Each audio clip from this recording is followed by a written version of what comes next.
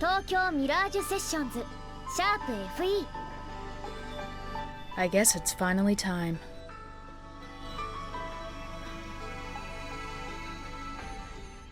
Tokyo Mirage Sessions. This is a very interesting game to say the least. Originally announced in early 2013 as a crossover with Shin Megami Tensei and Fire Emblem, this has become one of the most divisive games in both of the franchise's respective fan bases. Some argue that it's a great time, while others say it was a missed opportunity. Since then, it's been heavily hated on, forgotten, announced for Switch, getting a bit of backlash, and forgotten about once again on its release. This left me wondering, what is the problem with TMS? Tokyo Mirage Sessions can be a very odd game, and maybe it's not for everyone, but to have very underwhelming commercial and critical performance on the Switch? This is surprising.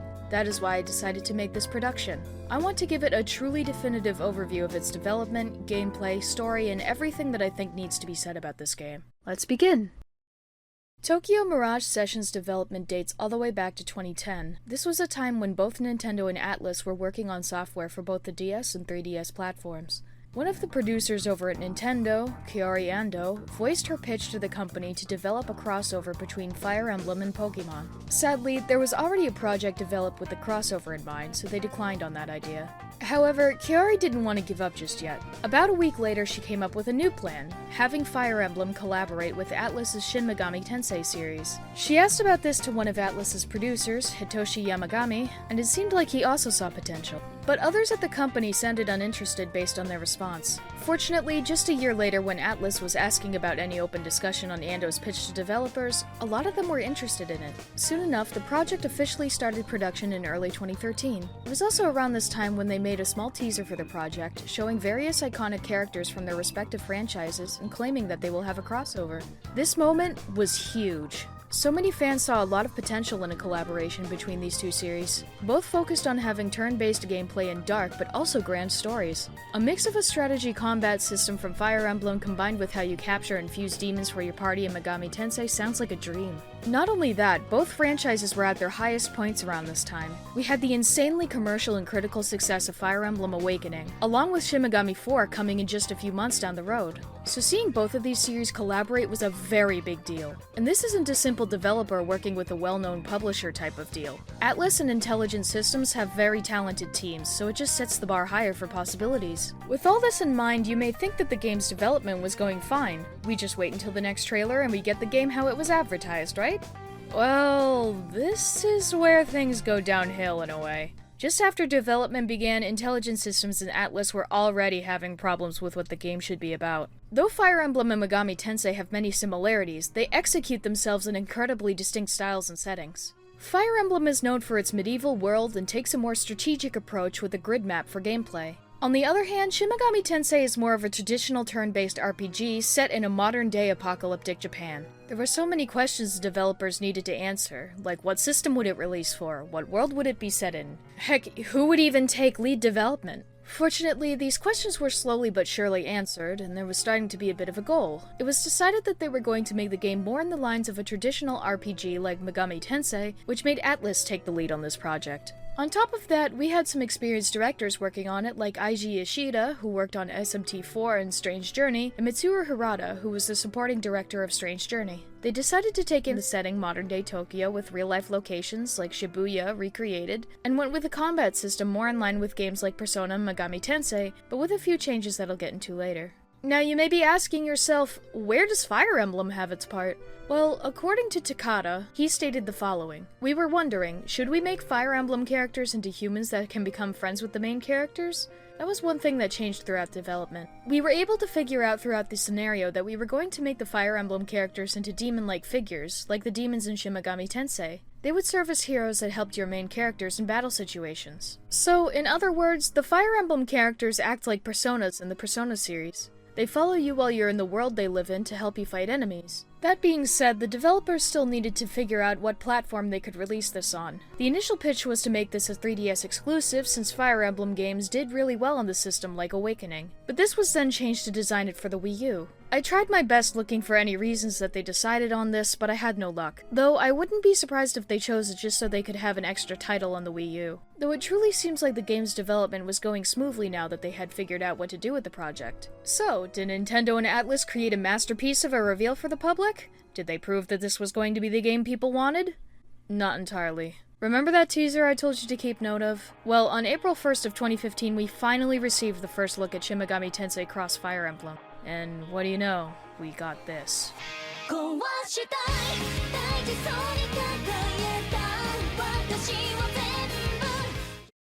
There's so many problems with this, but let's see what happened. To really give an idea of Atlus's position during development, Shinjiro Takada, one of the game's co-directors, stated in a VentureBeat interview in this quote, "The problem is, if you make it too much like a Fire Emblem game, then why doesn't Intelligent Systems make it themselves? The goal for this was to do something that the Fire Emblem series can't do. In the end, the reason the game looks the way it does, the reason the game looks the way it is because this is something we wanted to do as an Atlus game, a game only Atlus could make. In other words, it seems like Atlus wanted to prove that they're the only ones capable of making TMS. And while that's very admirable, they do need to keep in mind that they aren't the only ones working on it. Intelligent Systems are known for Fire Emblem, and they're capable of making great things. I wouldn't be surprised if they had a lot more in mind. This goes to show why the game has such a bizarre end product compared to the initial teaser. Of course, TMS does take elements of what made both SMT and FE great, like characters, setting, and combat, but it felt more like it was added just because they needed something to represent the franchise rather than to enhance the experience. As for the reveal itself, in context of everything that's happened and the day it was published, it honestly hurts me. You tease this project to be a collaboration between two major and beloved franchises, and this is what you ended up with? Look, I'm not someone who likes to bash hard work, and I'm not trying to hate Atlus. I can tell there was a lot of passion put into this, and I would be lying if I said I never liked TMS for what it is. All I'm trying to say is I'm not mad about not getting a true crossover, it's more on the fact that they left fans with such high expectations, only to completely take a 180 on what they originally advertised this project as. But that's enough. We got a few more gameplay reveals, and Tokyo Mirage Sessions eventually released for the Wii U on December 26, 2015, and on June 24, 2016 in North America and Europe.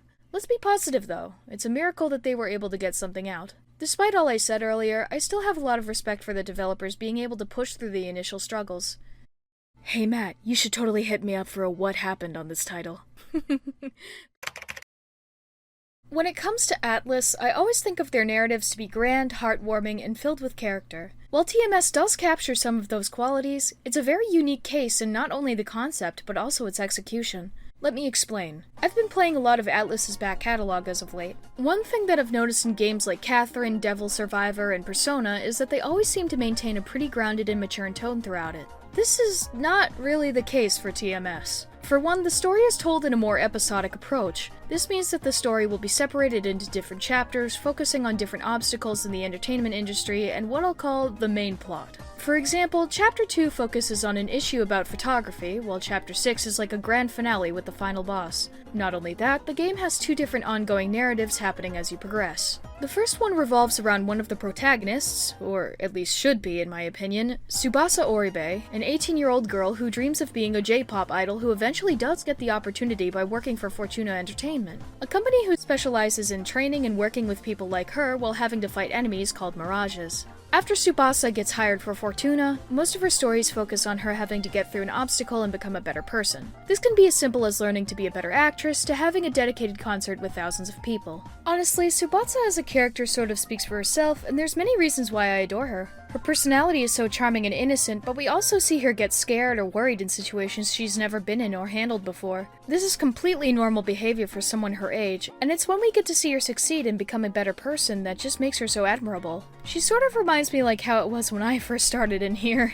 Of course, the way she deals with some of these problems are both predictable and kind of silly. There's a few times where it amounts to killing an enemy or boss sometimes and they magically turn into a better person, but seeing how this game is trying to handle something many could relate to is really admirable. The story really likes to tackle what seems like real problems people like Tsubasa could be going through. Anxiety, depression, and in a way greed are all common struggles for the average person. Just think about how much more damaging it could be for someone in the position of a celebrity. This doesn't even begin to mention the writing for the other idols. One of Kiria's side quests revolves around one of the events she has to attend that she doesn't like, just because it was too cute for her. She does state that she used to like cute things as a child, but as she grew older, she saw it as too immature for her age. But eventually we fight some enemies that seem cute to her, having her let off some steam and helps her accept that it's not bad to hide things you used to and maybe like today. Now on to the main plot, as I call it. To give a bit of context, TMS's world has a little thing called performa. Think of performa as what makes people in its world want to feel alive and be able to do things.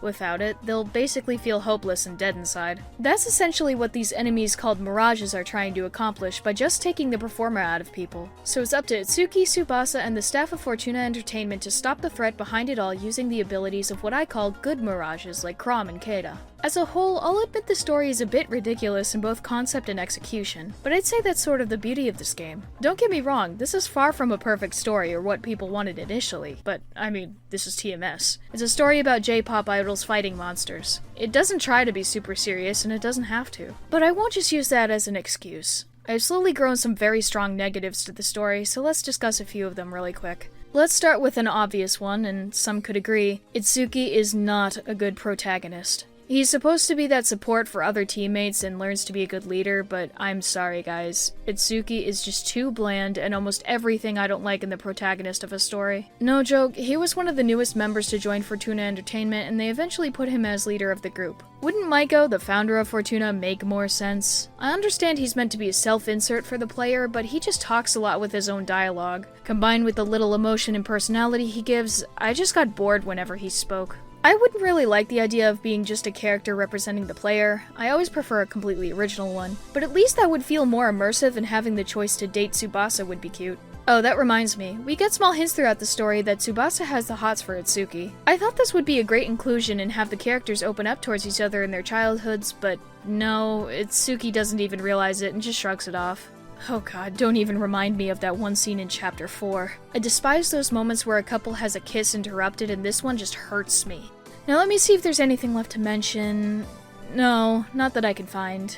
I'd say counting everything, characters and story, Tokyo Mirage Sessions is not amazing, but I'll always have a soft spot for it. Alright, gameplay. I'll do my best to mostly point out the new stuff here, so let's start with some basics. As some of you may have realized, TMS is an entirely turn-based JRPG with dungeon crawling elements. You're able to walk around, talk to NPCs, and use basic and magic attacks on enemies. Where TMS innovates, however, is in its session follow-ups. When you send a magic spell like Wind to a monster that's weak to it, depending on how far you are in the game, you'll perform with your other party members a session attack. This means is they'll follow up with their own move. This is crucial if you want to defeat your opponents faster and deal more damage. And trust me, these take off crazy amounts of health. There's been times where you could do sessions with over 10 follow-ups, and these can be really nice to watch. Around the first time. There's only so many different animations they do until it gets tedious, especially when grinding. Thankfully, they fixed that issue in TMS Encore, a re-release for the Switch. It's essentially a definitive edition re-release. They fixed a handful of issues in the Wii U, packaged all of the DLC, and added some bonus content in here. As I was saying, the session system is honestly really fun and quite satisfying to use. The only major complaint I have with it though is that you can't activate a session attack through a critical attack.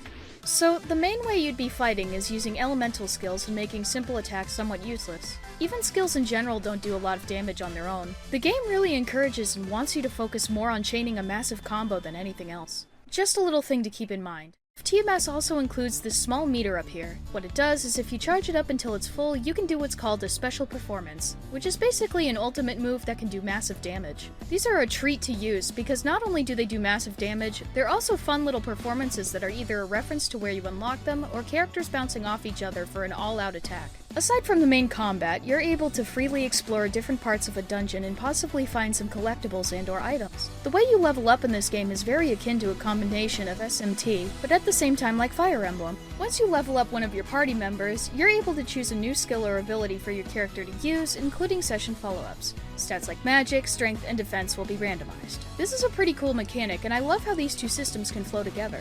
You could argue that it does make the game slightly more difficult because of the stat randomness, but I never really saw this game as that hard. The bosses are a pain and can be tedious, sure, but as long as you build your characters according to their classes, you'll do fine.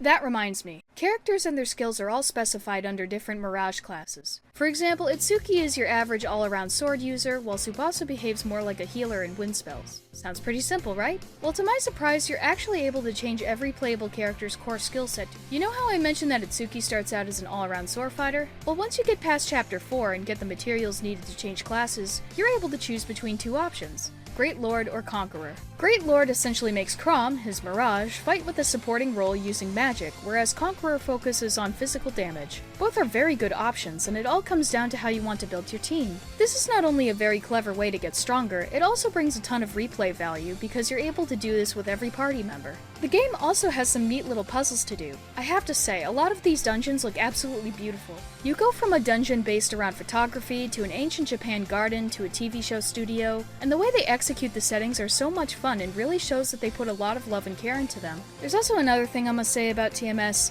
the graphics are so gorgeous and colorful. That's not even beginning to mention the pre-rendered cutscenes of the character performances. They really capture the feel that you're in a concert and are just so beautiful to look at. One thing I always did find questionable was that initially the game was doing them with an animation style very akin to the Persona games, but not even halfway through, everything was animated like in Fire Emblem Awakening. Don't get me wrong, I absolutely love both styles, especially the 3D one, but it's kind of jarring to go from traditional 2D animation to this cel-shaded 3D look. You could argue this was for budgeting reasons, but my theory is that maybe one specific game that was in development around this time was keeping most of Atlus's animation team busy. Or maybe it was just still too expensive. When you're out of the usual fighting and dungeon crawling, you mostly partake in either getting materials or leveling up character side quests. These will unlock for a random party member each time you complete a chapter in the main story. You get to talk to the character, learn a bit about said character, progress through their arc, and with each quest completed, you get a special skill or ability for them. There's only around 3 chapters, so it does leave a lot to be desired, but as mentioned in the story section, they can have nice character moments. The things that you unlock from completing them are the best part in my opinion. Depending on the character side quest you're on, not only do you get a potential special performance skill relating to the themes of the chapter, you can also get a new costume for them. It may be sort of a norm or even expectation for JRPGs now to let you change your character outfit, but the ones here are absolutely amazing. You have Tsubasa in a one-piece dress, references to previous Shin Megami Tensei series, and even... I wanted to avoid this as much. So, for a bit of context, when TMS was coming over to the West, the game had to be localized for its audience. Changes including covering specific parts of outfits, to raising a character ages to completely removing and or changing scenes in the game. As many of you have guessed, I'm not the biggest fan of this game's localization. It's not about what they changed, rather the fact that they needed to make adjustments for this game in the first place. I can somewhat understand the character age being raised, but making Tsubasa's dress from this to this is just wrong. Doesn't even look good design-wise. If anything, at least make the arms and chest covered with a somewhat transparent top. It would look more appealing, and is a common thing found in wedding dresses. But the fact that all of these changes are included in Encore just disappoints me. The whole topic of censorship in older and recent games is something I'd love to cover, and TMS is a great example of it. While I could go on about why I don't like a lot of these unnecessary adjustments, let's just discuss the last thing in this section. Its Encore port. To put it simply, it was announced in a Nintendo Direct that Tokyo Mirage Sessions would be getting a Switch port, bringing back all of the DLC, except for the hot spring scene, new costumes, and a new chapter along with some new additions for your session attacks. The new chapter's story is pretty simple and Tsubasa-centered, and the new dungeon is filled with the new rewards like costumes and more items. While I did like the new song and the outfits are wonderful, they sort of did leave me wanting for more. I'm not asking for a TMS 2, even though, please Nintendo, but just 2 to 3 more chapters or expansions on side quests would have been nice. Give this game a bigger reason to buy it by giving it a large amount of content that the Wii U doesn't have. But that's as far as I'll go with that part. The best way to summarize the Encore release is, great if you're new to this game, but I wouldn't recommend it if you played the title on its previous system. Unless you see it on sale, of course.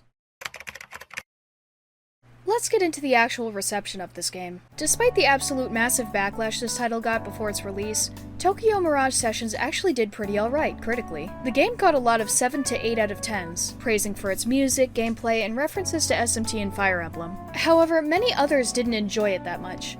Whether that be because of the whole not being SMT cross FE debacle, or the game not being as intriguing as other Atlus franchises. Commercially, you could argue it did okay for its situation, considering this game had its debut on a console with not only a very small number of users, but was also barely being supported around this time. Expectations were kept pretty low. TMS only sold a little over 20,000 copies in Japan for its first week, and 50,000 in the US. As for the Switch version, logically you'd imagine it sold way better than this, right? It is a console that sold 10 times more than the Wii U after all. But somehow, it seems like nobody wanted to give this game a chance because it actually sold less than the Wii U version. As of March 2020, 2 whole months after its release, it only sold less than 40,000 copies. Now I know this is from over 2 years ago, but it wouldn't be surprising if that number is around over 50 to 60,000 today. This has to be one of my longest and most passionate reviews I've ever made. I understand that my tone for this game has been very different compared to how I go about my usual reviews, but it's honestly just hard not to feel this way. The reason I have so much respect for this game is because this is the game that made me a Shin Megami Tensei fan. Sure, the Persona series is what actually got me to understand the whole franchise, and my first game came from it. But if we're talking about that first game that exposed me to SMT, TMS is the one. It's not even that good in the eyes of the community, but I don't know. I guess I just really have that much of a soft spot for it. Looking back, it's hard to say that if it wasn't for TMS, I wouldn't even be making these productions for you all. So thank you to all who have been watching us since the very beginning. If there's anything to take away from this, don't hate something just because it's not what you wanted. I understand that TMS was meant to be a massive deal, but by closing yourself from trying what came out of it, only caused this game to be forgotten and even disliked by fans and its developers. And this goes for quite a lot of games I review here. So if you ever see a game that looks interesting but are scared to see what it's about, I'd say give it a try if you find it at a good price. You never know if your opinion will be different compared to others. Should you play Tokyo Mirage Sessions? Absolutely. If you love Shin Megami Tensei-styled RPGs with a completely new and unique setting, give this game some proper attention. It's far from the best of what Atlus can do, but it's definitely an experience that no other entry in the series can offer. It's truly a performance that I'll never forget. This is Akari from Mintjoy Pictures.